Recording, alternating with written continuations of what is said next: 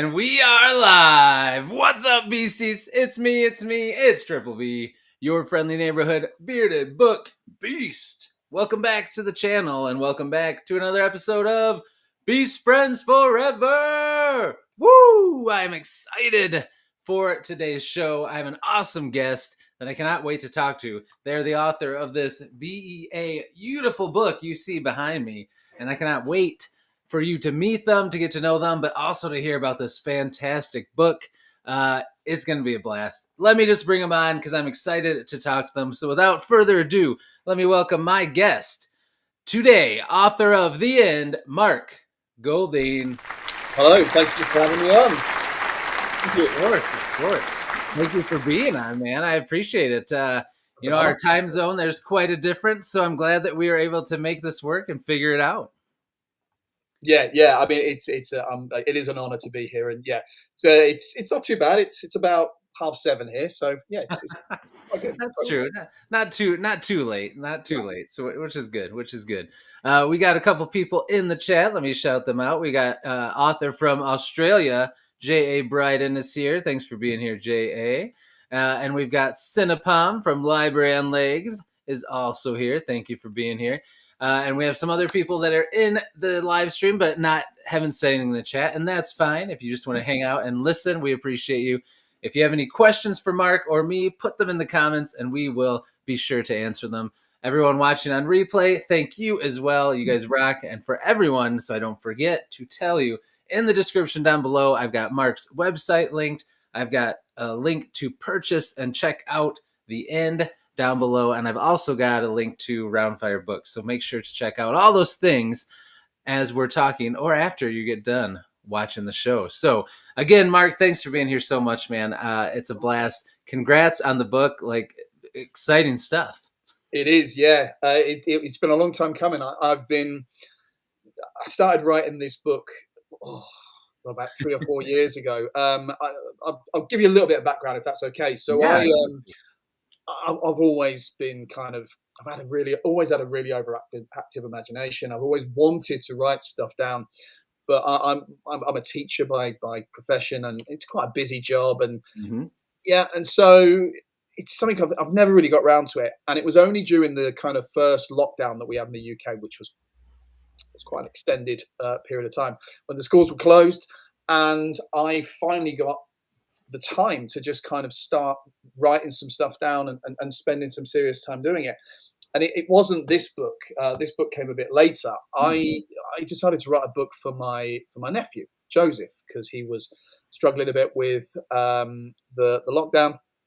So I just, for me more than anything else, and for him, decided to write a story about him time traveling. It was a kind of a kid's story. That's so cool. I'll tell you, Lou, it was really, I love the story. So it was a time travel story, and I tried to think about what would, a kind of a young lad be into, and I knew that he was into dinosaurs. I knew when I was young I was into the Romans and Roman Britain, and I also knew about the Middle Ages. So I wrote this time travel story which takes Joseph all the way through these 3 periods of time. Did it for myself, really. But I showed it to my wife, and she said, "You know what? This is actually quite a good story." So I did a couple of drafts. Had to kind of do a little bit of work on it because it was massive at first. Yeah. Far too much there. And so I did a couple of more drafts, and then I didn't really know what I was doing. So I sent it off to a professional editor. It went out to them, came back to me. They gave me some more work to do, and then eventually we got to what I thought was a decent story. But I thought it would kind of, some illustrations would be good. So we got some illustrations, and then I just thought, well, what do I do with it now? And I sent it to a publisher, and yeah, it was published, and it did all right. It wasn't a bestseller, but it won an award. It got some really nice reviews. So that was the start, really. And then after that, although it was a children's book, I always wanted to write kind of adult science fiction, dystopia, whatever you want to call it. And so that's when I started writing The End. And there's so many, I mean, I guess we'll talk about the book as we go through, but there are so many things that kind of inspired me. I'm like an 80s boy. I grew up in the 80s. So I all of the kind of late 70s and 80s science fiction / horror. that was kind of what I was really interested in. So there's so many kind of so many things in this book that inspired me, and I know that we talked about a couple before the show started, and I guess we'll talk about those as we go on. But it was kind of a labour of love. It took me a while. Again, I got it, went through a few drafts, got it edited, and then sent it to a few publishers. And Roundfire were they liked it, and they decided to put it out. And it came out in the UK on the 26th of August, so about 2 months ago. A little bit later in the States, beginning of September. Man, so still brand new. How does it feel to know you have that adult sci-fi dystopian awesome book you've been dreaming about? How does it feel to know it's out there? It feels great, and you know what's really nice is we've I think there's about 53 currently Goodreads reviews, and they're all positive. Awesome so far. That's Yeah, great. so just to see them come through, it was really, really nice. And it's been quite well received in the time that it came out, particularly in where I live in the north of England. Mm-hmm. So there's been a lot of local press. Yeah, it's been doing all right. I've got fingers crossed that it's going to do really, really well. So. Heck yeah. Well, I will I'll add in the description a link to your other book that you just talked about. Yeah. The children's book, because I thought I read that in your bio. I'm like, that's so cool. And I looked it up. I'm like, that sounds like a blast for my kids. Do you have that one? Let me see. There it is. There. Oh yes, I love the cover. It's so Yeah. cool. I love that. So that'll be linked down below too. If you're in the live stream right now, it won't be there, but when I'm done, if you're watching this on replay, it will be down there. So check that out as well. All right, so that I don't spoil anything, because I've been reading the end, and you guys, this is so good. First of all, look at this cover. I mean, we were talking about it before. It's like perfect for the book. It's just so fitting and cool. I love the color scheme. But I'm reading this and I love it. Your writing style is awesome. I can see a lot of the inspirations in it that you talked about. But you just have a way of writing that's very gripping. You write characters really well, which is good, because I feel like there's a lot of cool science to this and everything like that. But the characters are, I feel like, at the heart of it, and you just do a great job with it. So I think that anybody that checks this out is going to love it. You're going to have another good review from me when I get mine up, because I'm really enjoying this. So I don't spoil anything though. I don't want to describe it wrong. In your own words, why don't you tell people what the end is about? Well, it's probably easy if I will do that, but I'll talk about where my inspirations were. Oh yeah. And also a little bit about, it was really nice what you just said about kind of the writing. I think in areas I have, and I don't know, I've kind of stretched plausibility as far as I can possibly go. That was intentional, and there are some scenes in there which, maybe do stretch a little bit of plausibility. But I am a massive, massive Stephen King fan. So when I was writing this book, I decided that I wanted to write a book from multiple perspectives. So there are effectively two main characters in it. As you know, you've got Martin and Katie, one being the protagonist, one I don't want to call her the antagonist. There's something happens to kind of Katie in the book not necessarily her fault. But there are lots of other characters. We've got soldiers, we've got government, we've got the Prime Minister. And I was really keen to try and write in that Stephen King style. So, I mean, you be the judge of whether I've done it successfully, but that's what I was aiming to do. But what we've got is a book that is kind of a love letter to all of the things that I loved in the late 70s and 80s. So we've got Invasion of the Body Snatchers. The book's very much in two parts.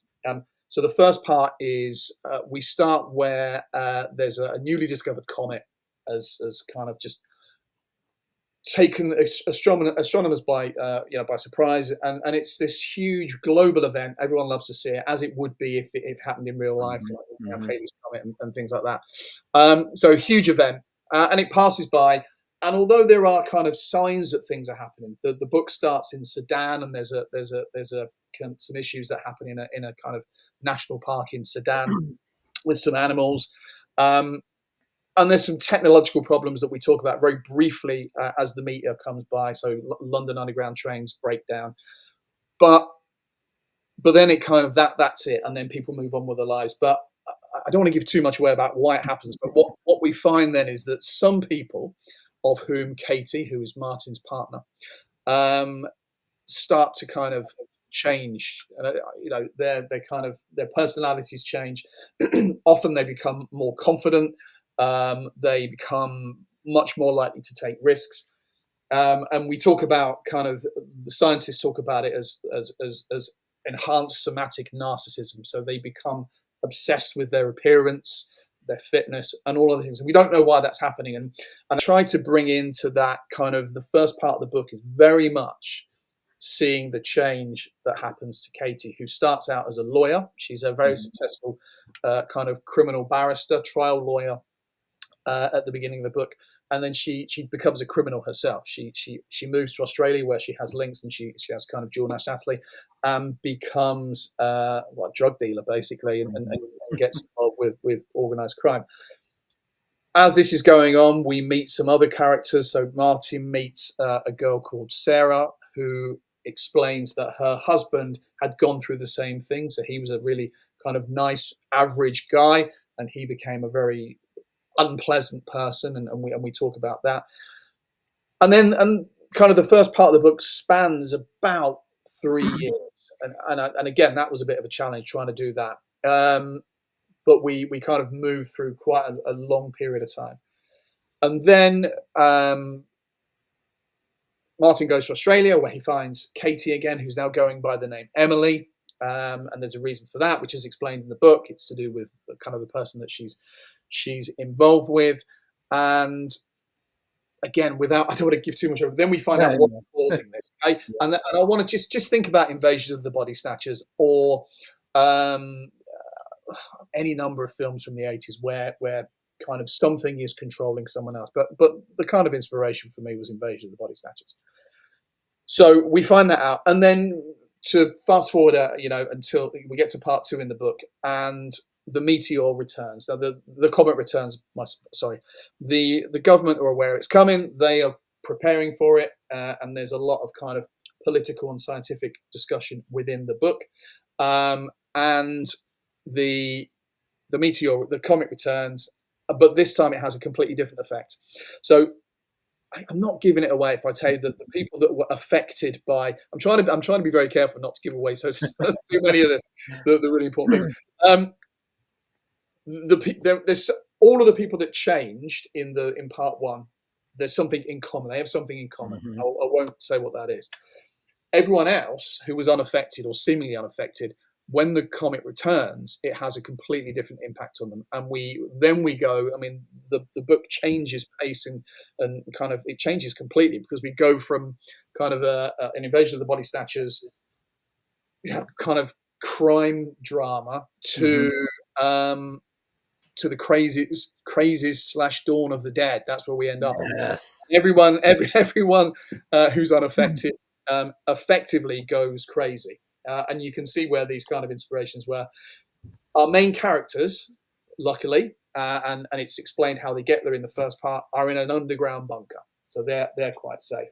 And then we meet our kind of huge cast of characters. So we've got government officials, we've got soldiers and 2 groups of soldiers, and they are able to explore the surface using kind of hazmat suits and oxygen.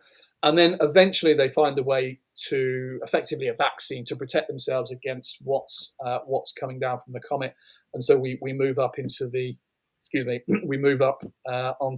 surface again, and we see a completely post-apocalyptic destroyed London. I live in the north of England, but I'm originally from London, so all of the locations are places that I know very well. So then we kind of get to a good old-fashioned science fiction, good versus evil book. And I was, I don't know if you or your kind of other viewers remember, there was a program called V that was out in the 80s. Oh yes, I remember that. The premise behind V was alien invasion, but they were lizards. Yeah, and so we move into that type of territory, and that this actually made me think of that a little bit. So I'm glad that you brought that up. Yeah, and then yeah, we kind of go through, and then there's a climax of the book, and the kind of the third act. There's a lot happens. There's a lot happens. One of the things that kind of, I can see people saying V was awesome, which Oh it really yeah, was. Jay agrees. V was awesome. I agree. It really was. And so we get to this in the third act. It's kind of like humans versus aliens, and then we get some aliens come down from the comet. But we've also got the people that were affected. So the people that were affected, like Katie, hmm uh, change physically and kind of become something a little bit different. It's so really, cool. there's so much happening in this book, and it's really difficult to not give the Yeah, entire story. yeah, yeah, Um, yeah. and then we get to the end, and the end is. I know you've not finished it yet. I'm It almost there. is. It is. It's relatively optimistic, but it kind of does leave it open. Leaves it open. Okay. Okay. All right.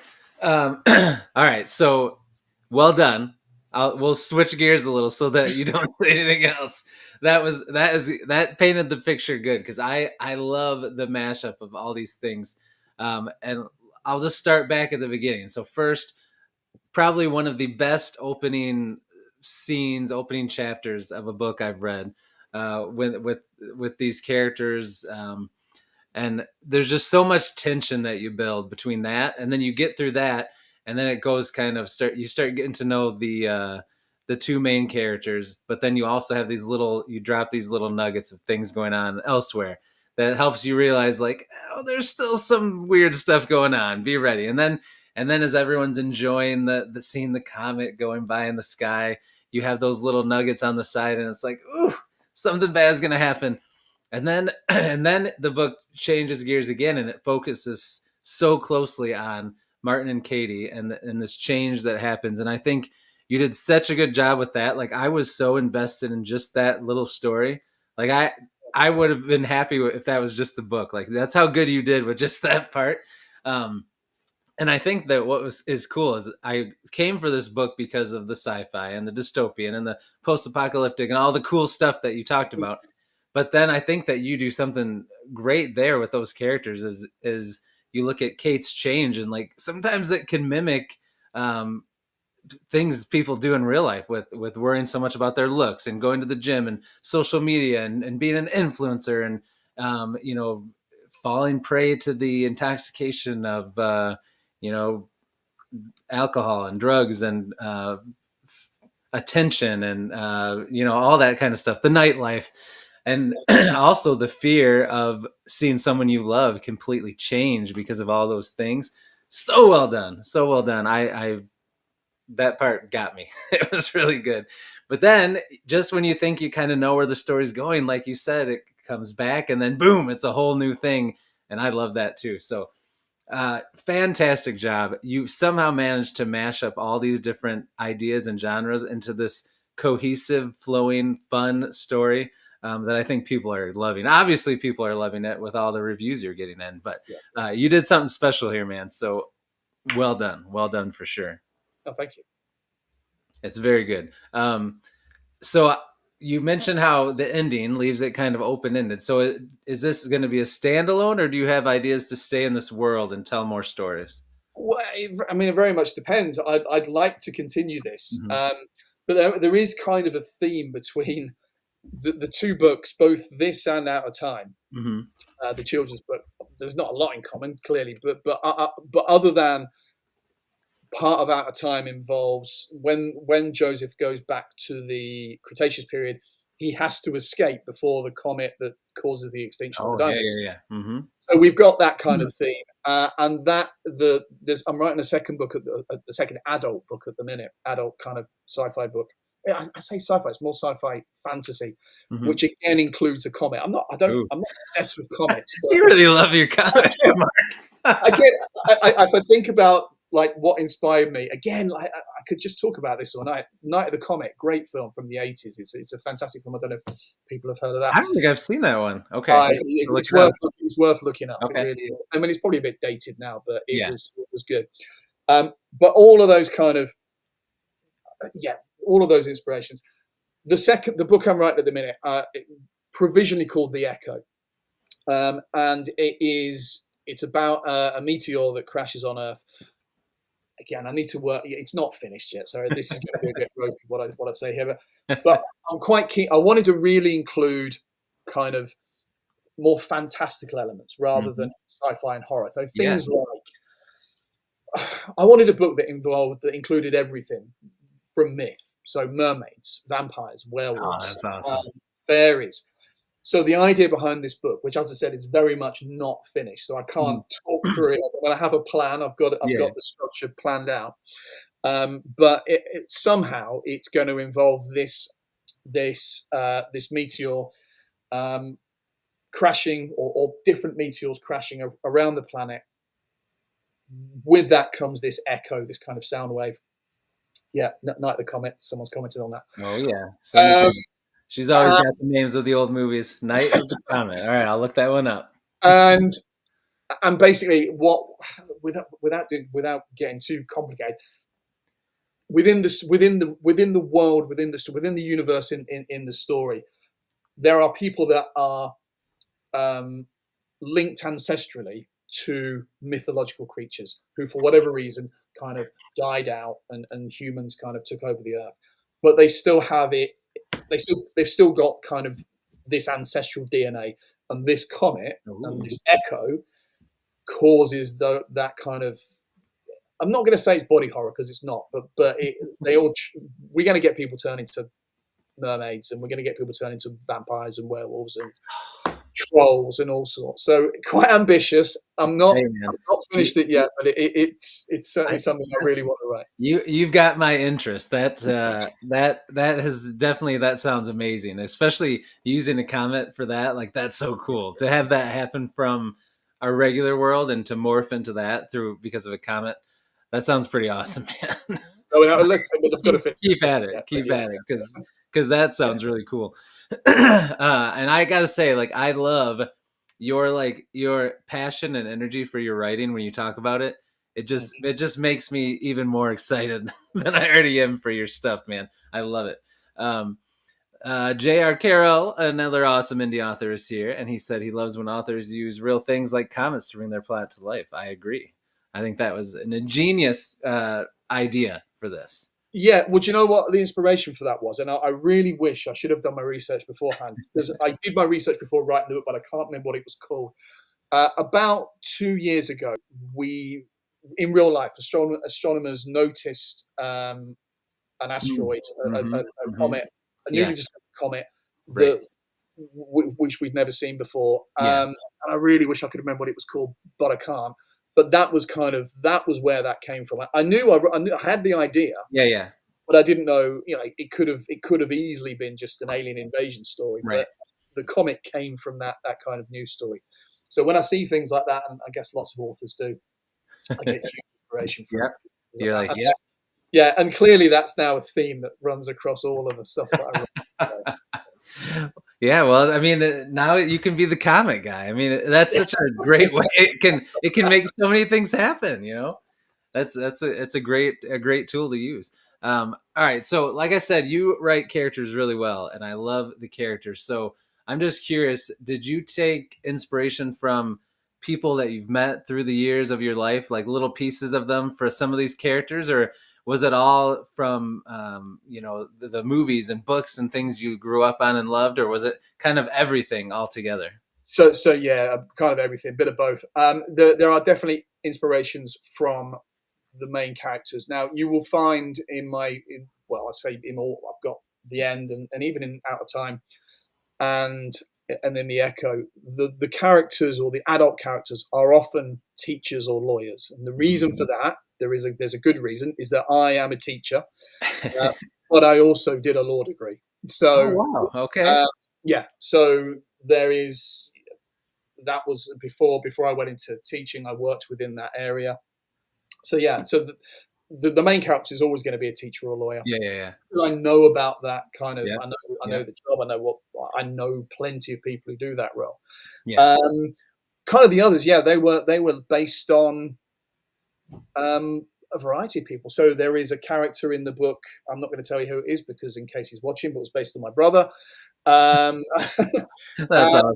yeah, and then one of the soldiers in the book, and there's quite a few soldiers based Hmm. on a friend of mine that's a soldier. But other people, yeah, just kind of come from TV and books and kind of and film that I'm interested in. Yeah, but you will always find a teacher or a lawyer in there as the main character. That's awesome. Well, and I feel like those are kind of good choices anyway, right? Because it kind of covers your basis. Because if it's a teacher, then you've got kind of all the middle class people that get like working hard and Yeah, but not making as the bajillions of dollars like other things make. And then if you have a lawyer, you have the people that maybe make more money, but they are so busy with their job they don't have the time. So I feel like those are kind of ones that everybody can relate to in some way or another. So it works out really well.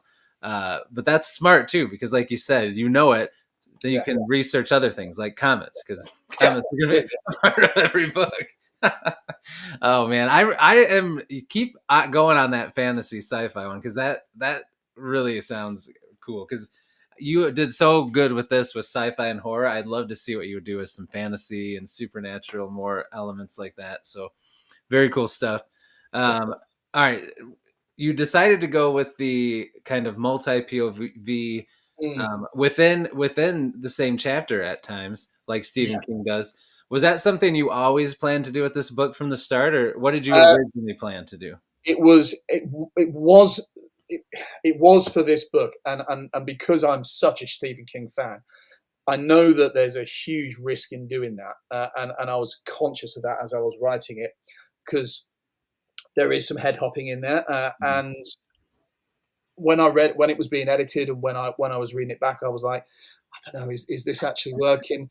But I don't, this is a homage to Stephen King. I really like the way that he's done it, and he does Yeah, it so effectively. yeah, Um, so the multiple POV was very much intended for this book. It's not something that I'm kind of the echo is not going to be kind of not kind of written like that. yeah, yeah, yeah. It was very much intended for this. It was a bit of an experiment. I'm a relatively new author, so to kind of to gamble a bit with that, Right. and I think what I would say is that I mentioned earlier on, there's been some really good reviews. Um, no one's criticised it, so Hmm. that's Yeah. I guess it's kind of worked. Oh yeah, it definitely worked. You're talking to someone who read it right now Yeah, live, and you did well. And I never felt out of the story. It never felt like uh, awkward or forced or anything. It flowed great, and like I loved it. You nailed it, man. I think you did a it's great funny. job. I mean, I wrote the whole book in that kind of Yeah. way. But it's when we get to really second act, or the book's in two Mhm. halves, when you've got lots of things happening Right. at once. Yep. Yep. That's when it was a little bit more difficult to kind of, when I would read back and think, Oh yeah. who am I supposed to be here? Yeah. um, Yeah. but yeah, hopefully it's worked. So Yeah. Well, and I'm sure it was hard because, you know, never having written it, something like that, like that's hard until you see people actually reading it. Then you're like, okay, whew, yeah, I think it went okay. So kudos to you for being brave and trying something different. Especially, I think that's cool to pay homage to one of your favorite authors. I think that's awesome, man. So nicely done. I think you pulled it off. Um, okay. Cinna said Mark Tufo has a wacky multiverse that we might like. I think he does like some zombie books, which I need to check out. I heard really good things about his books. Well, that's But definitely my sort of thing as well. So yes, I would certainly read that. Yeah. oh yeah, for sure. Let's see. All right, so next up, I have some questions about your writing process that Mm. I love to pick authors' brains and find out, because everybody does things differently. But before we do that, I am curious about the end. You talked about how you left it open ended, and now you're kind of working on your next different project. Did you? I'm always curious about the endings of books. So, was the ending to leave it open in? Was that kind of always your plan, or did it happen as you got to it, and you're like, I'll leave it a little open in case I want to come back? Um, yeah, I always the plan was always to keep it open. I did the same thing with the first book as well, Okay. and I hope to go back to that. Yeah, I That's mean, smart. That's it was smart to always do. the plan. you know, Yeah. if this book, yeah, if it does as well as I hope Hmm. it does, Yep. there will definitely be a sequel. And I've Yes. already kind of planned some things out Okay. because I do see. I mean, I can see 3 books for this Oh, kind of. nice. Uh, Okay. and again, I would like to, if I could, the particularly Katie. Mhm. I'd like to fix her. I'd like to get her back to normal, which we don't Sure. do in this book. So, Yeah. Oh, yeah, for sure. that's what I'd like to do. My sorry about that. I have to turn this off. My tablet here must have thought one of us said something to Alexa. She Oh, sorry. started started talking and saying, "Please unlock the device." Anyway, so yeah, no, that sounds good, and I think that's brilliant because yeah, if you end it in maybe a cool way, but that's very final. If Mm. people love it and want more, it makes it. Then you got to get really creative to try to go back into it again. So I think that was a smart decision. So before we dive into the writing process, I am curious because you wrote a children's or a younger age book and an adult book. For the writing process, was it did a lot of things change between the two when you're writing them? I mean, obviously you have to.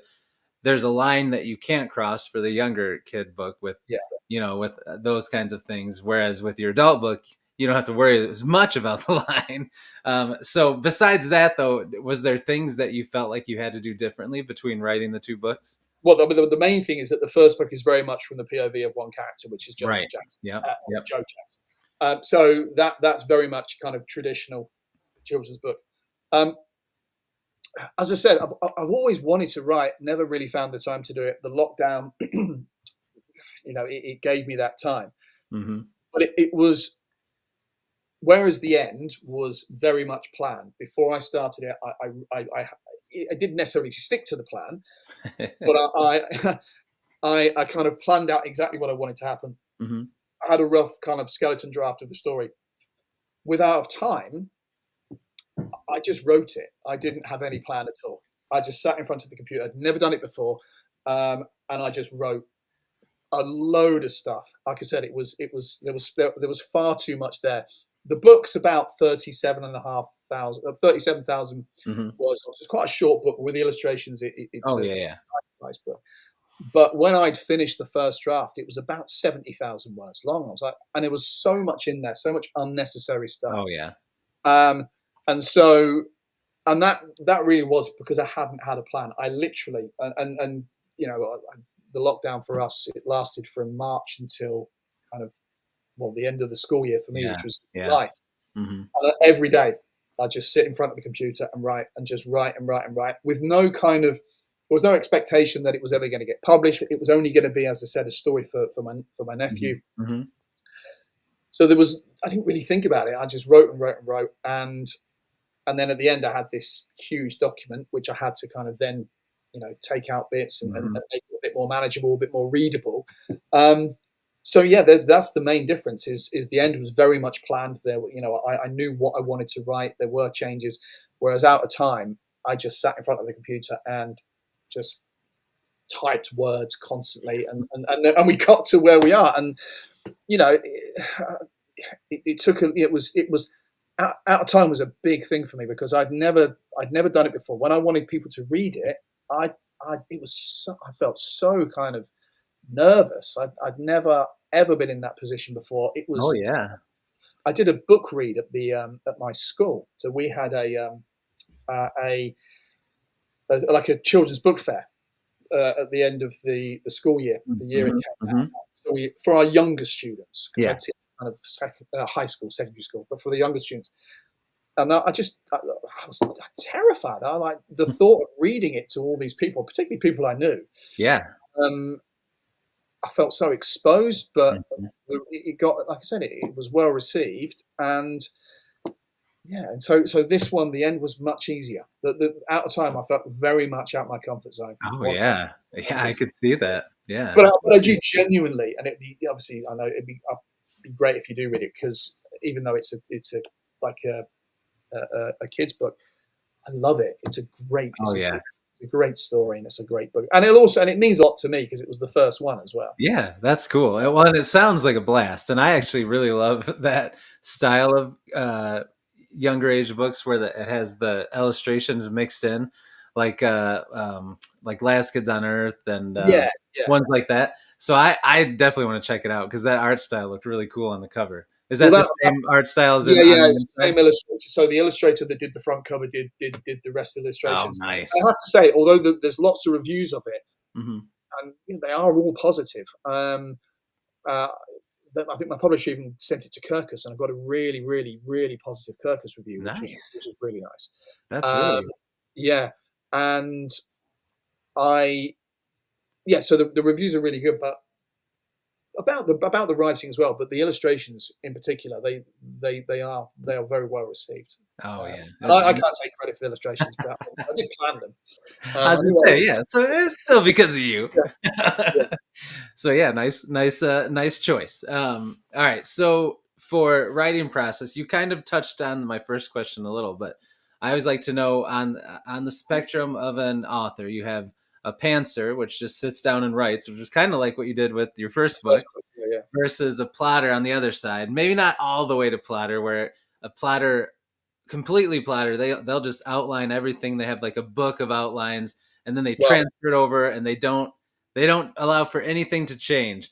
You so got you this, got a book of outlines. so the Echo. This is Oh my my, book. that's your outline. I mean, it's got everything in. It's got kind of character arcs. It's got Oh everything, and it man, won't all be used. And it took me forever to do that. I've written that rather than. wow, that's But, awesome though. I but mean, but this is interesting because usually I ask when people write different books or different series or different genres, and they usually are like, I pretty much keep the same process, but you swing from one end all the way to the but other, I which think, is I think I awesome. think the reason is it's because I'm learning as I go. Yes, as I Um, say, your first book, you learned yeah, to plan a little more probably. and even when I read, when I read kind of like the first and second or third drafts of the end, Hmm. I'd go through it, and I did say earlier on, I'm stretching plausibility in some areas of the Oh book. yeah, Um, I think we just about stay within the realms of plausibility, but we do stretch it as far as we can go.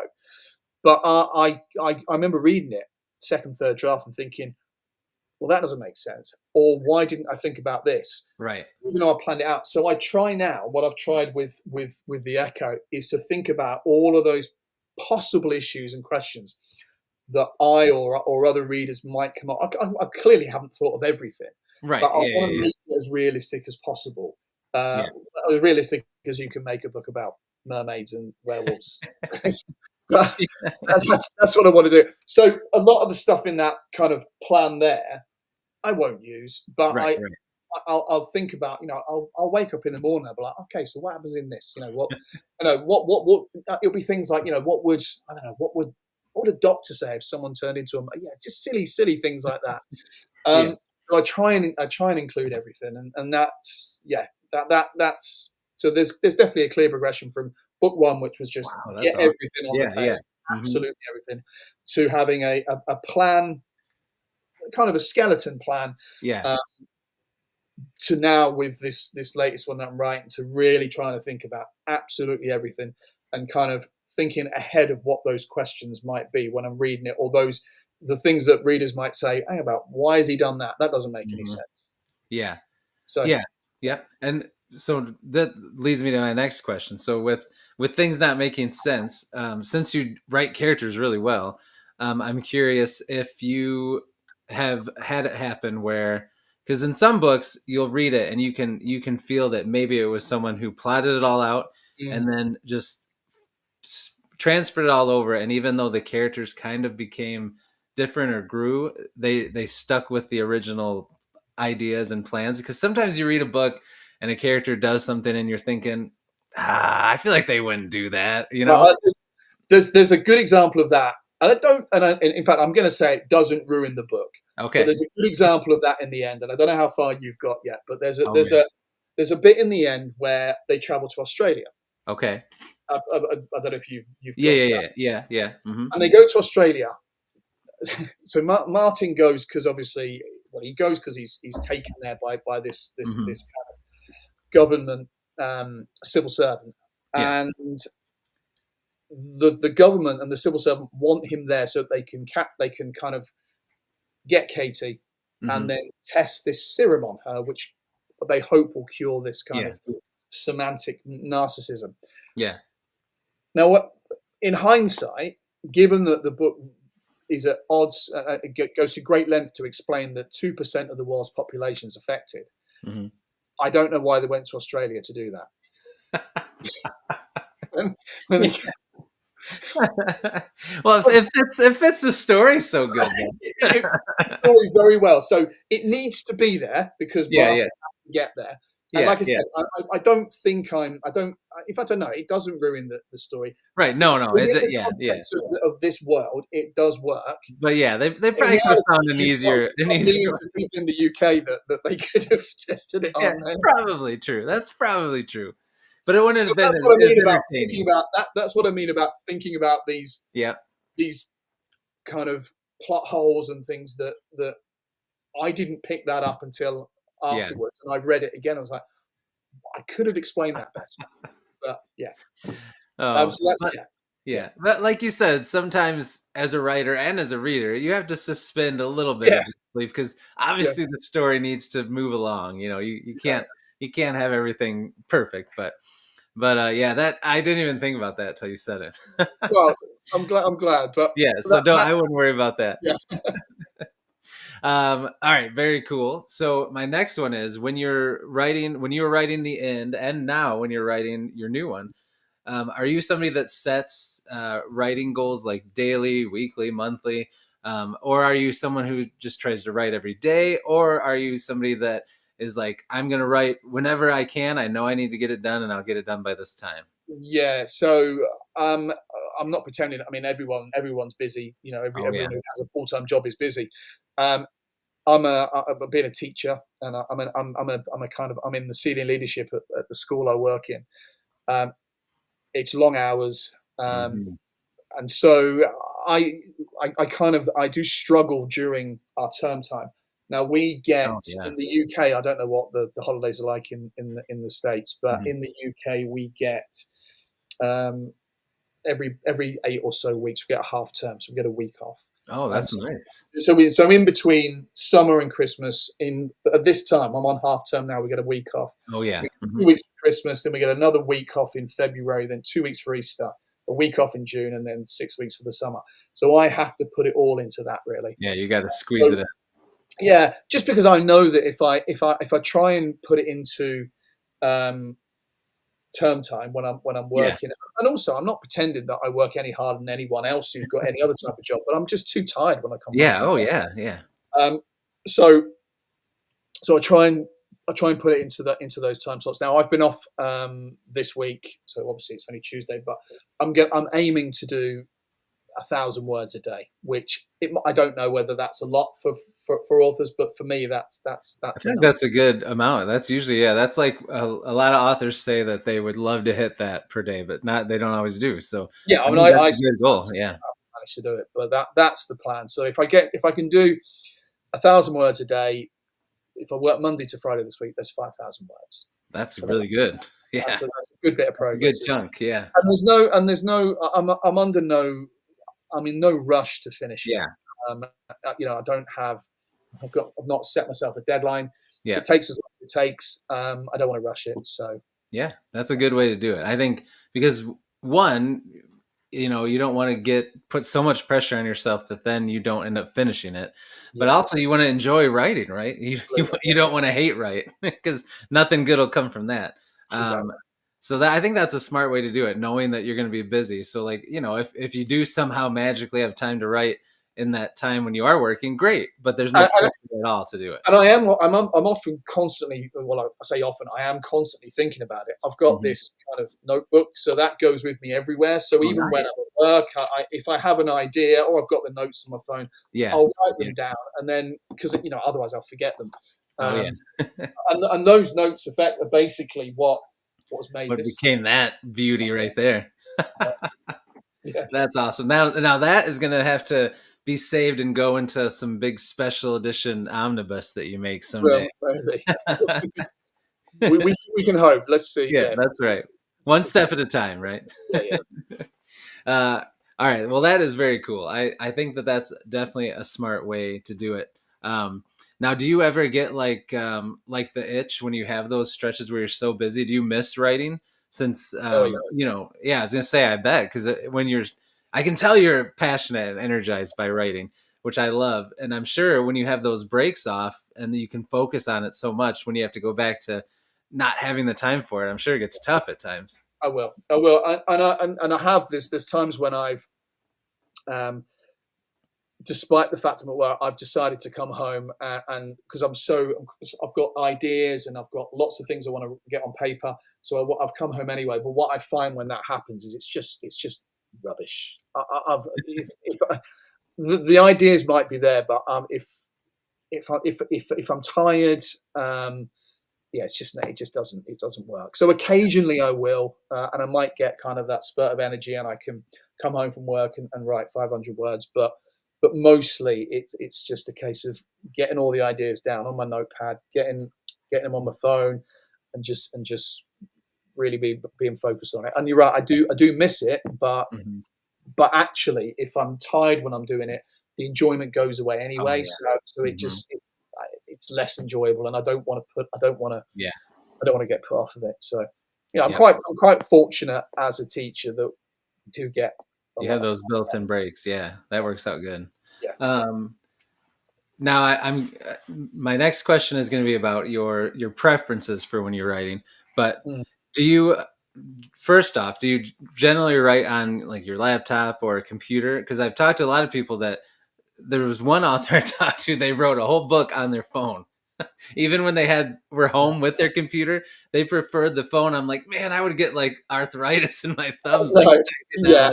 much. Or they I do like voice to text, or they do it on like a tablet, or like all these different things. But what's your preference just for writing in general? I couldn't use my phone or a Yeah. tablet. I'm on I've got like an iMac. I'm working out. That's where I am Yep. now, so I Yep. just use that. It's quite comfortable. I'm in our spare room at the minute. It's yeah, yeah. I couldn't use my phone to do it. I I really couldn't. know, it's wild. Like I even just getting notes in or something like that. Eventually, I'm like, all right, I'm done I mean, typing. I didn't even realize we have students at school Yeah. who Oh write yeah. essays on their phone. I was Isn't like, that how are wild? you doing that? I mean, It's impressive. it take longer. Oh yeah. Um, Oh yeah.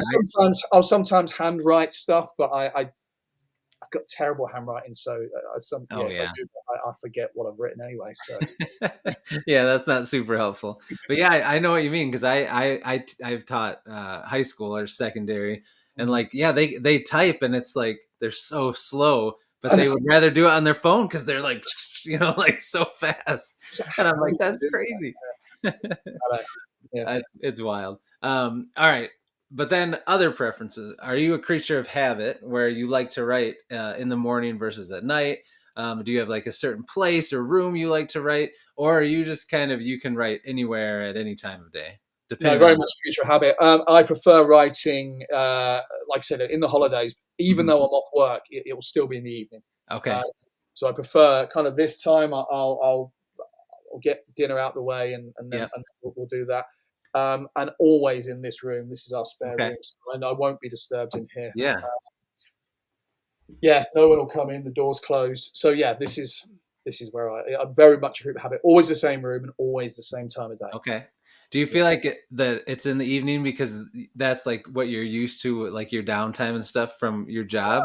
Or do you Possibly. think your brain, like the juices just flow better in the You know evening? what I think, and I'm going back a long time when I was at university, but I've Yeah. always been an evening person for that Hmm. anyway. So I always used to kind of like Me study too. and write essays in the evening. I'm not a morning person. Yeah. I would love to, and I feel Right.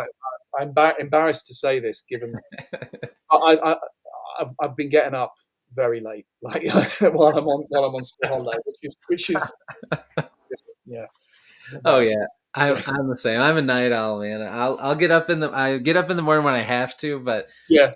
I those authors that I've talked to and they're like, "Oh, I get up every morning at 4 a.m. and I write for 2 hours before work." I'm like, Psh, I could never do that. But I'll stay up till 1 or 2 in the Yeah, morning and do yeah. stuff. So it's I'll really do not that. that different. It's just in reverse. Yeah. There's no way I could be doing the Oh o'clock. yeah. I mean, I get up. We have to get up at 6 o'clock when Oh I'm at yeah. work anyway, and that's too early. That's already enough. Yeah. Nice. Okay. Very cool. So you mentioned that when you're writing, you like to be in that room because you know you won't be disturbed. So Mhm. do you like, what about ambience when you're in there? Do you like complete silence? Do you like music? Silence? Well, it depends on the mood I'm in, Okay. and it depends what I'm writing as well. So if I'm writing kind of a scene that's taking like kind of a lot of thought, if we use the end when we're Mhm, talking about mhm. the kind of the issues with Martin and Katie, I would probably write with no music on. But if it's something a little bit more exciting, a little bit of action, I'll have some music on. Yeah, Okay. I'm not an author that is one or the other. It Okay. depends on my mood, Right. depends what I'm writing. Yeah. Okay. Do you, when you listen to music, does it need to be instrumental or can it have lyrics? Because some people No, it get has really distracted. Okay. no. It doesn't I bother don't you? get distracted. Okay. No, I'm a massive fan of the Beach Boys, so Nice. I listen to the Beach Boys. Oh, that's awesome. I love the Beach Boys. Oh man, I haven't listened to them for a while. Now I'm gonna get nostalgic. I'm gonna have to start Yeah. listening again. Oh, that's awesome. All right, last one. So nowadays with research, you have so much at your fingertips with Google, but a lot of people still like to use actual books, and or they have people in their life who are experts on different things that they'll bounce things off of. So do you feel like you do pretty much all your research just on your own with the computer, or do you have people in your life or books, historical books or scientific books that you look at for your research? So I very much use books. When I wrote Out of Time, I wanted to learn more about Roman Britain. I wanted to learn Hmm. about the Cretaceous period. So I didn't buy like thick academic books. I bought Yeah, children's books. I yeah, bought some like children's encyclopedias yeah, because it was a children's book. yeah. It With makes the sense. end, I bought some books on comets and where we talk Oh about. yeah. But also, obviously, I'm quite fortunate. I work in a school, so there are science Hmm. teachers there. So when Yep, I was yep. writing about the kind of this semantic narcissism. We've got sociology and kind of psychology teachers at the school and science teachers. So I was able to learn what that was and incorporate that within the book. So um, I do use the internet, but there's a lot of rubbish on there. So you've got to be There. really careful. I mean, it Yeah, doesn't mean that the books that you're getting are right, but right. um, I will Trust always, them a I little guess, more. yeah, Yeah, I'll back up any research that I've done online with a book. I guess that, yeah. I mean, That's smart. that's my kind of legal background. I got a law degree, so Mm, I had to use books. yeah. It was before we had. Um, giving my age away, but there wasn't the internet wasn't such a big thing. So it Yeah. was, yeah, it wasn't such a Oh big yeah, thing. I remember having the old encyclopedia set. Yeah, yeah. You had to look in to find stuff. There's just something, I don't know. There's something about looking stuff up in books. I don't know. I'll always like doing that. But all right, very cool. All right, so in a minute, if you we're coming at about 53 minutes, so if you have time to go a little over an hour, I have some questions for us to get to know you outside of writing. If you have Yeah, time, yeah, okay, awesome. Um, Before I do that, though, two things. First, Senna in the chat is a huge, I call her the audiobook queen. She loves audiobooks. That's how she consumes all things. So I was just curious, do you have plans or are there plans for an audiobook for the end? that I guess that's up to my publisher. I would like there to be an audiobook. There is an audiobook for Out of Time that already Oh, exists. is there? Nice. Yeah, Very there's cool. an Okay. audiobook for Out of Time, That's um, cool. which was more like an audio play because all of the characters have different. We had Really? actors to play Wow, the that's awesome. characters. Those So are my favorite audiobooks. I love ones like that. yeah, so there is definitely one for Out of Time that already exists. It's on kind of it's everywhere. It's All everywhere. the things. Okay. Yeah. Um, the end, yeah, I'd love one, but I guess it's not up to me. It's up A to little out of your hands, but the man, publisher. this would make a really cool audiobook, especially if they did it like that with different voices. Yeah. That would be There are pretty a lot awesome. of actors I'd need though. So. I know you have a lot, a lot of different voices you'd need for it, but very cool. All right, I didn't forget to ask that for Senna, so that's good. And then before I ask my other questions, every day on my channel I do a question of the day, and I like to ask my guests the same question. So today was a little trivia. So let's see if you can get this little horror book trivia. Okay. So out of these four classic horror books, which one was the first one to introduce readers to a monster as we know them today in a book? So here's your four options. Which one was first? We've got Legend of Sleepy Hollow, Dr. Jekyll and Mr. Hyde, Hmm. Dracula, and Frankenstein. Okay. I know it's So putting you on the spot. Usually, it's a very open-ended question where you can answer whatever you want. Not usually trivia, but I know today I felt like switching it up. Lucky okay. for you. I mean, it will be a guess. I think it's going to be. Oh, so Robert Louis Stevenson was he early 1900s, late 1800s? Mary Shelley. Oh, I'm going to say. I'm probably. It's a guess. I'm going to say Frankenstein. Oh, Frankenstein, is that your final answer? But you're giving me the impression that I'm wrong. So Nope. You are correct. It is Frankenstein. Sorry, I would have hit the applause sooner. I actually clicked the wrong thing and it took me to another window, and I'm like, oh, that's why there was that long pause. But you I are have to say correct. that was a guess. That was a guess. I was trying to work it out in my head. So yeah. Yeah, no, you were right. You're right. It was Frankenstein. A lot of people thought that maybe it was Legend of Sleepy Hollow, which was actually I didn't think that because a that couple was years later. after. But Yeah.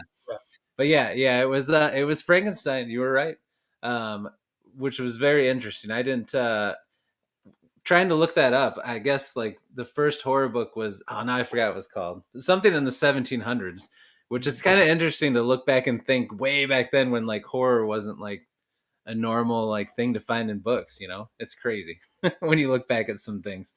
Wild stuff. All right. Yeah. So here we go. We're gonna start off with an easy question to just get you in the flow. So first question: what's your favorite color? Oh, easy blue. Blue. No hesitation. It's No, always been blue, just always been because, or blue. any I cannot reason. tell you why, but it always been blue. Always been blue. Nice. Like all shades of blue, or a certain shade? I don't know different shades of blue, just blue. That's the sort of question my That's wife asks when she's trying I to know. decorate. It's, So that's the same. Well, I asked that because my favorite color is blue, and it's just blue. But one yeah. time I asked somebody, and they said blue, and I'm like, okay. And then they're like, and then they talked about the specific kind of blue it was, and I'm like, I guess I better ask that from now on, just in case. All right. What about favorite food? If you get to pick what's for dinner, what are you picking? What are you having? Okay, right. So this it's probably gonna be so it's definitely curry. I love Okay. Indian food, Ooh, but nice. Okay. it's a particular type of curry. I don't even know where. I'm sure you do eat this in the States. It's a very strong curry. It's called a vindaloo. It's a very very strong curry. Oh That's man. what I would choose. I've only Uh, had curry once, and I really liked it. And I don't even remember what kind I had, but we it was we very much love curry in the UK. We really do. nice. Okay, is Yeah. there a place nearby you that you can go to get it? Oh, we've got a kind of Indian restaurant 10 minutes down the road Oh, from. nice. So yeah. Oh, that works out So good then. yeah. Very cool. I don't think I've ever had anybody say curry or Indian food, so there you go. Nice. Definitely. That's good. All right, so we know that you're a teacher. We know that you're good at this writing thing.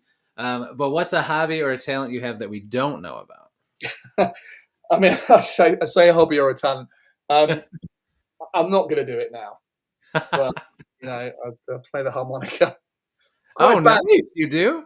Yeah, That's I'm not. awesome. Yeah, Have you quite how long have you been doing that for? right now. Not long. That was a lockdown thing as well. So if we go further back, I used to be. I still do. I'm very much into running. So Okay. I've done the London Marathon and Oh, wow. um, lots of half marathons. Yeah, and I did a That's half pretty marathon cool. earlier on this year. So less so now. But that was probably the thing that I used to do. Triathlon. I did some triathlons as well. So I used to Very cool. used to be Damn, very man. active in that. Yeah, That's impressive. yeah. You're like that Dos Equis guy. You're like the most interesting man in the world.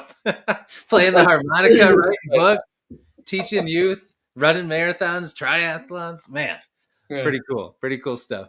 All right, now then to celebrate when the book you're working on comes out and I have you back on, I'm gonna make you play the harmonica. You're like, I'm not coming If back on this. I practice, I will. Yeah. All right. Very nice. All right.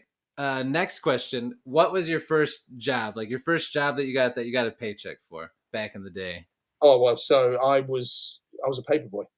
Nice. Okay. Yeah, That's that that's was pretty impressive. that was. You had to get up early for that. I did have to get up early for that. Yeah, which my parents forced me to do. They didn't force me to be a paperboy. But they got me up in the morning so that I would do it. Yeah. So that was my first job, and I was 13 when I did that. Okay. Very Yeah. cool.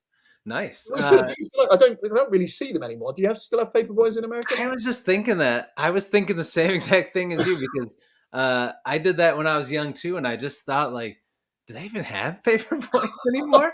I feel like maybe it's just adults do it all now in their car because I or don't the even think post people. office. I Yeah, think I don't I think don't even people know if the use them newspaper anymore. is like a thing anymore because everybody probably gets it online or something. Yeah, I don't know. I certainly don't think people get Yeah, they papers. probably don't get them delivered. Uh, That's interesting. We're gonna have to research that because I did used to like getting the newspaper back in the day. yeah, Didn't read the whole thing, so I suppose it was probably a waste. yeah. We just had another awesome indie author who was on Beast Friends Forever not long ago pop in. We've got Timothy Stormcrow here, also from the UK. What's up, man? Do you know what he's talking I about? know what they're talking about. Yeah, so it was 1998. There was a song for the World Cup called "Vindaloo." Classic, I have to say. Oh man, It's a that's classic. awesome. Very good. All right. Well, what was your first car? What was your first ride? Okay, um, the car. So there's a story behind this. I mean, the Oh car man. was a Metro. So there was a car that was Okay. called a Metro. It was a tiny little hatchback. Hmm. Um, but I only had it for about. Oh, we are going back a long time now. I don't Yeah. drive like this now. Just so you're aware of that. I passed my driving test, and my parents got me this car. I had it for about 4 days before Oh I no. decided that I would show off to my friends and show them how fast that I could drive. It's quite it's quite dangerous, really, what I did. Oh How no. fast I could drive in reverse. Um, Ooh, in reverse. yeah. Um, we are, like I said, this is the 90s. Okay. Luckily, no one was hurt, and I wouldn't encourage anyone to do this. Oh Um, no. and I crashed it into a tree. So Oh no. 3 day or 4 days, you said? 3 or 4 days in. Driving in reverse is hard after driving my whole life, let alone when you first get your license. Well, it clearly was, which is why I drove into a tree. So, So you didn't have that car for long. no, and then my parents wouldn't obviously buy me Yeah, another yeah. car. So Oh man, lessons learned. Lessons learned. Don't drive in reverse when you first get your license. Oh, that's awesome. All right. What are some of your favorite movies and TV shows through the years? You talked about some earlier, but what are some others? okay, so I'm a huge fan of like science fiction, but Mhm. also adventure. So I grew up with Star Wars. Oh yeah, I love the first three Star Wars films. I'll be me honest, too. I'm not keen on the others. Yeah. First three, but probably my favorite like kind of franchise is Indiana Jones, particularly Oh, the first two films. love Indiana Jones. Raiders of the Lost Ark is my Yes, absolute favorite film of all time. so good. So not much inspiration from Indiana Jones within this book, but I don't know if you read Out of Time, Joe Jackson's got a little bit of Indiana Okay, Jones. yeah, I was gonna say a little Yeah, time travel. I could see how you could squeeze the that in there. the way he is as well. There's Yeah. definitely a little bit of Indiana Okay. Jones. That gets me excited. Okay. Yeah. Okay. Nice. Um, yeah, and kind of TV shows. I mean, it's just Quantum Leap was probably one of my favorites. It's like so cliche, but it's all science fiction. Oh Uh, yeah. yeah. It's all good. It's all good. All right. What about video games? Were you ever a gamer? Did you ever get into video games? Yeah, so back in the day, I had a kind of a Super Nintendo. I don't know what it was called in the States. It wasn't called a Super Oh yeah, Nintendo. Super Nintendo. Yeah. Was it called Super Nintendo? Yeah. Yeah. So yeah, Super Mario, Oh Mario yeah. Kart. I'm not a huge gamer, and Yeah. I've Yeah. certainly Yeah. I've not had. Well, I did actually. I had a PlayStation, the first Yeah, PlayStation, yeah. and so my favorite game for that was Resident Evil, which I Oh absolutely yeah, love. love the Resident Evil games. Yep. But yeah, So Resident Evil 1, Resident Evil 2, but I kind of I've not really been a gamer since I Yeah. was in my 20s. So yeah. The older you get, the harder it is, especially once you have kids and a job and all But those. I do have a retro games console, so I have got one Oh, that's got nice. it's got the kind of Super Nintendo, it's got Oh PlayStation, yeah, it's got that's the fun. Sega Mega Drive, but it wasn't called the Mega Drive, it was the Yeah. Genesis. Oh yeah, yeah. Sega Yeah, Genesis. Yep, with yep, Sonic the Hedgehog and all of that. yep. So yeah, Oh yeah. so I've got. I Oh don't yeah. play it, but I do You have got the further. fun old classic games. Yeah, that's that you can just hop into anytime, and they're not Yeah, 100 hours long like games are nowadays. So actually, that you can that's good. complete them Although they did make that new that Indiana Jones game where you are Indiana Jones. Oh I don't right, know if right. that's ever given you the itch. It looks pretty cool. I haven't played it, but it does look good. Let's have a look. Yeah. All right. What about book wise? What are you talked about loving Stephen King? What are some of your favorite science fiction authors and stuff from back in the day? So, I mean, very much. It was more kind of horror. So Oh, Stephen okay. King, Yeah. massively. I don't know if you know James Herbert. Oh yeah, yeah. Yeah, so James Herbert. So he wrote an amazing book called The Fog, which has Hmm. nothing to do with the film, the John Right. Carpenter Yeah, yeah. Fog. He wrote The Rats. Yeah, the rants. Yeah. Amazing stories. So yeah, lots of that. But actually, funnily enough, most of my favorite authors more recently are not sci-fi authors. So and I guess my background explains this. I am obsessed with John Grisham. Absolutely love. Yeah, yeah. Um, uh, I probably read more John Grisham than anyone else. And I quite liked, and I read a lot of travel books as well because I like to travel. My wife and I like Oh, to nice. Yeah. new places. Um, so yeah, so it was mainly kind of the Stephen King, huge Oh. fan. James Well, he's Herbert, got so many books. He can keep you busy for years. absolutely, yeah. And then latterly, like I said, John Grisham, Dan Brown, Oh yeah. Robert Harris. One of my favorite books. My Oh favorite yeah. ever book is Archangel by Robert Oh, Harris. I don't know if I haven't. I don't know if I've. What's that one about? So well, it's again without giving it away. It's Yeah. about effectively it's about Stalin's son. Um, Oh, okay. so Wow. the main character in Archangel is there's a really good. They made a film actually. It's got Daniel Craig playing the main character. Oh, really? Man, I gotta look this up. Um, and so he's working in Russia, and basically he makes his way to this place called Archangel. It's a little bit of a mystery, and it turns out that they find Stalin's long lost son. Wow, that sounds pretty interesting. It is absolutely the best book I've ever read in my life. Dang. Okay. I could read it again and again and again. It's massive, brilliant. Read it, Archangel by Robert Harris. Really, I, really good. I am looking it up after we're done. That sounds awesome. Yeah. Very cool. Okay. You should somehow eventually, like because you got your awesome book you're working on now. Don't mess with that. Finish that. But like with your law background too and loving John Grisham, that'd be cool somehow to put that kind of like a story, that thriller or courtroom drama, all that kind of stuff somehow into like a post-apocalyptic or fantasy setting or something. Yeah. That'd be pretty cool. That's not something you see very often. No, I mean there is a very brief courtroom scene in the end. Yes, At the very there is. I liked it. I liked but yeah. it. I Very think, yeah, I mean, as much as I enjoy reading it, and I think I like the sci-fi. I think to write about it, I find it easier. I'm Oh very, yeah. I've got lots Well, of ideas. So, you're very good at yeah. it. Nice. All right. Let's see. I think I think we can end it there. I do have a couple of kind of quick either or questions Okay. for you. So the first one I always ask you already answered. I usually say Star Wars or Star Trek. I'm Mhm. guessing you'd say Star Wars. Yeah. Nice. Okay. What about did you ever read comics or graphic novels, anything like that back in the day? Yeah, but it was Marvel very much. Okay, Is because the my question next about one's Marvel? Marvel or DC. It's So you're always, it's Marvel. always Marvel. I was a massive Spider-Man fan Oh when I yeah, was me too. young.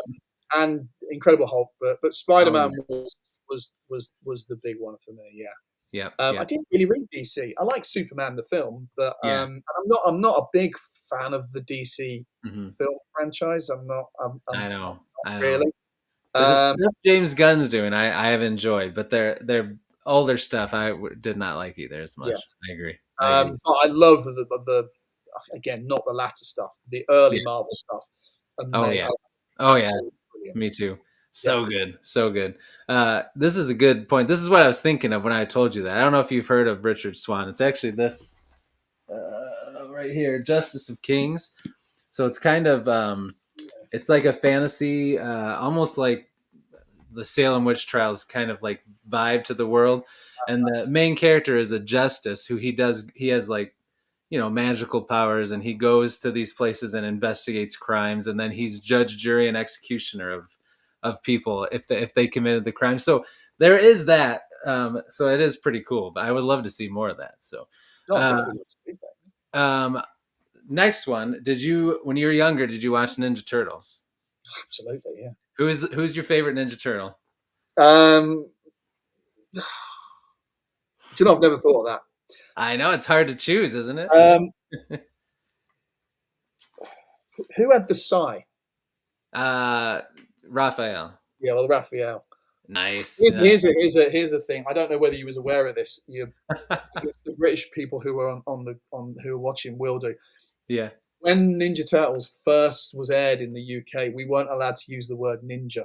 Did you know that? Really? So You were? it was called Teenage Mutant Hero Turtles in the UK.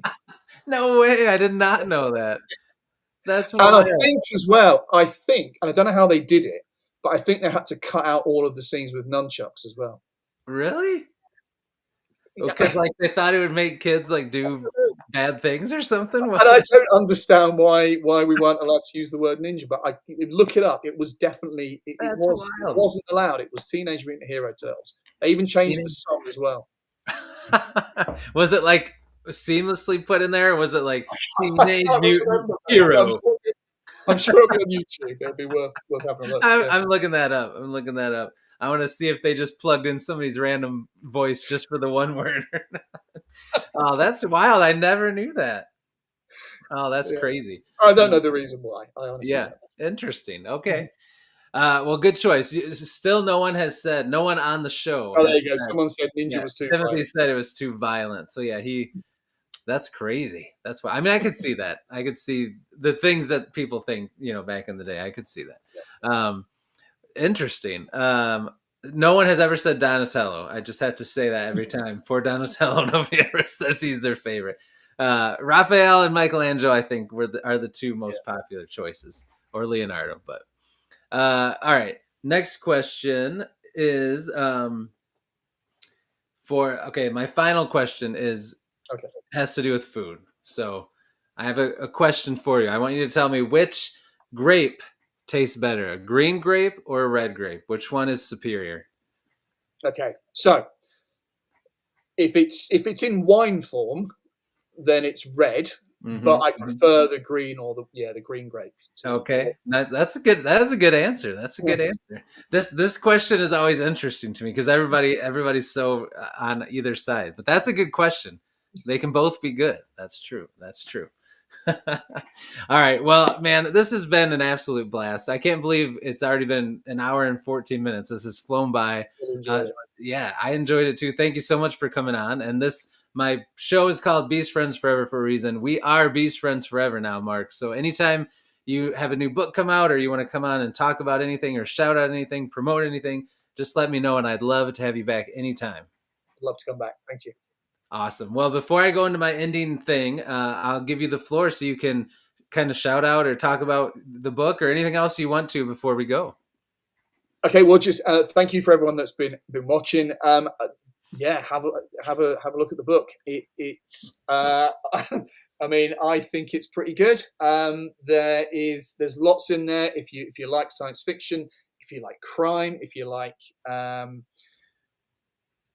lots of things, if you like kind of stories with lots of characters, you'll love this book. Yeah, I've said I think everything I can about the book. It's a good book in my opinion. It is. I agree. It is good, guys. Check it out. Sci-fi, post-apocalyptic, dystopian.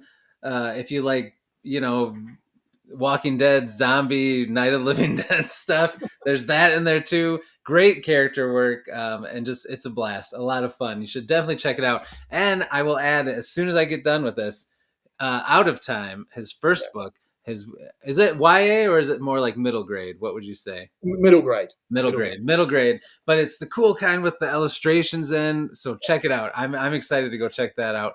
And there's an audiobook with a cast There of is, audio yeah. narrators, which Now is awesome. that's worth listening to. Yes, for That's good. sure. Yeah. And thank you, Cinna, for the super chat. I appreciate that. We appreciate you being here. So, everybody, thank you. Live chat, you guys were awesome, as always. If you're watching this on replay, we appreciate you as well. Everybody, again, in the description, you'll find Mark's website so you can keep up to date on everything he has going on, plus links to his books so you can check them out. So, thank you, everybody. Have a fantastic rest of your day. Mark, thank you as well. Have a wonderful evening. And we'll chat again soon. So I'll see you guys in the next one. And as I always say, until I do, devour your TBRs, be brave, be beautiful to one another, and be beastly. We'll see you, everybody. Have a great day.